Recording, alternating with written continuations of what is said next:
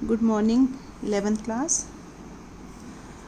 बच्चों, मैं आपके तबले की टीचर मिसेस ऋचा गिरी बोल रही हूँ।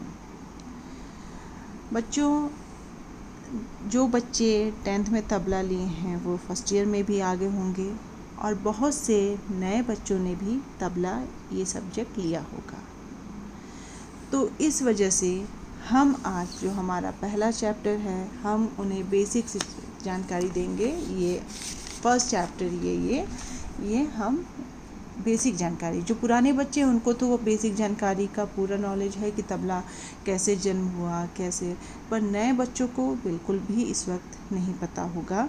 तो हम जो बेसिक जानकारी है हम उसी से शुरू करेंगे ताकि नए बच्चों को भी तबला सब्जेक्ट समझ में आए और वो आगे उसको पढ़ सके अच्छे से। तो हम सबसे पहले पढ़ेंगे तबला वाद्य का जन्म एवं क्रमिक विकास। उपलब्ध प्राचीन ग्रंथों में कहीं भी तबला नामक वाद्य का उल्लेख नहीं मिलता।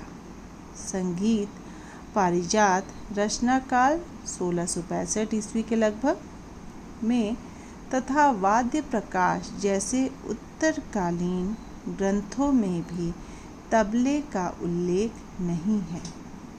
तबले के विषय में इस अंधकारमय स्थिति का लाभ उठाकर मुसलमान वादकों ने तबले का जन्म का श्रेय अमीर खुसरो को मढ़ दिया।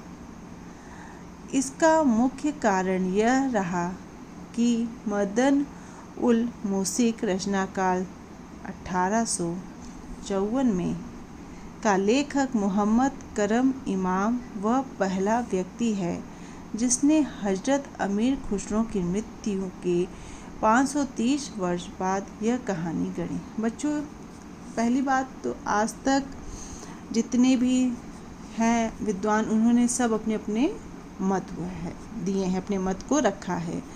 तो इसमें बताया है कि संगीत पारिजात में तथा वाद्य के प्रकाश जैसे उल्लेखनीय ग्रंथ जो मतलब बहुत अच्छे ग्रंथों में से होती हैं उसमें तबले के विषय में अंधकार में मतलब उसमें तबले के जन्म के बारे में कोई भी चीज़ ऐसी लिखी नहीं है। तो बता रहे हैं उसका लाभ उठाकर जो मुसलमान वादक थे उन्होंने तबले के जन्म को अमीर खुसरो का नाम दे दिया कि अमीर खुसरो से ही तबले का जन्म हुआ।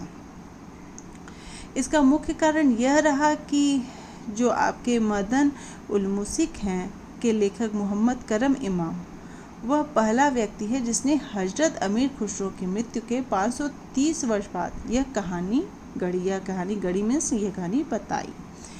क्या बताई कि हजरत अमीर खुसरो सितार, ढोलक और 17 तालों के आविष्कारक हैं।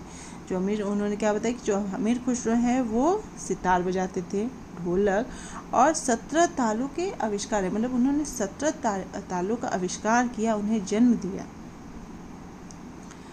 जबकि अकबर 1556 ईस्वी से लेके 1605 ईस्वी तक की कालीन संगीतज्ञों में एक भी तबला वादक का उल्लेख नहीं है। मतलब अकबर काल में भी आपके जो संगीतज्ञ हैं उनमें तबला वादक का कोई भी उल्लेख नहीं है।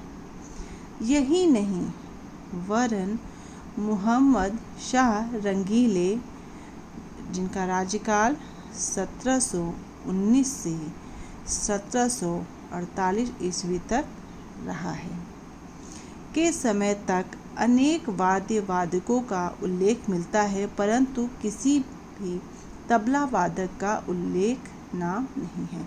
मतलब कि अब तक हमने जो भी पढ़ा आपको बेटा मैंने समझाया उसमें क्या है कि आपके जो अच्छे अच्छे वादकों के जिनको बुक हैं उसमें से क्या होता है ग्रंथ हैं तबले के, तो उसमें से कभी तबले का जो समय है वो अंधकार में दिखा, जिसका कुछ वादकों ने जो अमीर खुसरो जी का नाम उसमें मढ़ दिया कि उनके द्वारा है। पर अब इसमें ये भी बताया जा रहा है कि जो अमीर खुसरो जी थे वो सितार, ढोलक और 17 तालों के आविष्कारक भी हैं।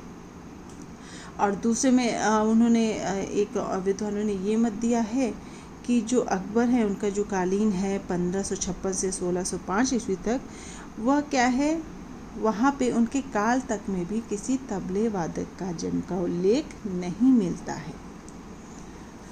बच्चों, हम एक ही पैराग्राफ आज पढ़ेंगे। इसको आप बच्चों, आपको इस तरह की एक कॉपी बनानी होगी। ये है, इस तरह की आप एक कॉपी बना लीजिएगा। इसमें आपका first year, second year, practical और थ्योरी, ये सारा काम इसी कॉपी में आप करेंगे।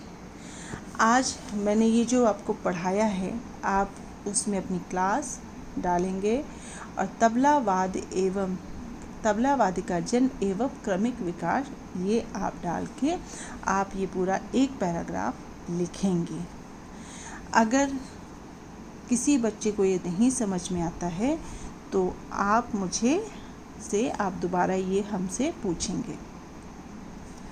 और ये जो काम आप करेंगे फेयर कॉपी पे करके आपको मुझे दिखाना है। बच्चों, हम थोड़ा लेके चलेंगे, क्योंकि आप जानते हैं कि तबले का इतना सिलेबस नहीं है, बहुत छोटा आपका ये है सिलेबस, इसमें प्रैक्टिकल भी है, तो हम थोड़ा लेके चलेंगे। और ये जो है आप थोड़ा समझेंगे भी, तो इससे क्या होगा, आपको समझ में इकट्ठा पढ़ने पे आप इसमें कंफ्यूज हो जाएंगे। तो हम आज इसको एक पैराग्राफ ही पढ़ाएंगे, और जो बच्चों को नहीं समझ में आएगा वो प्लीज़ दोबारा मुझसे पूछेंगे। Thank you.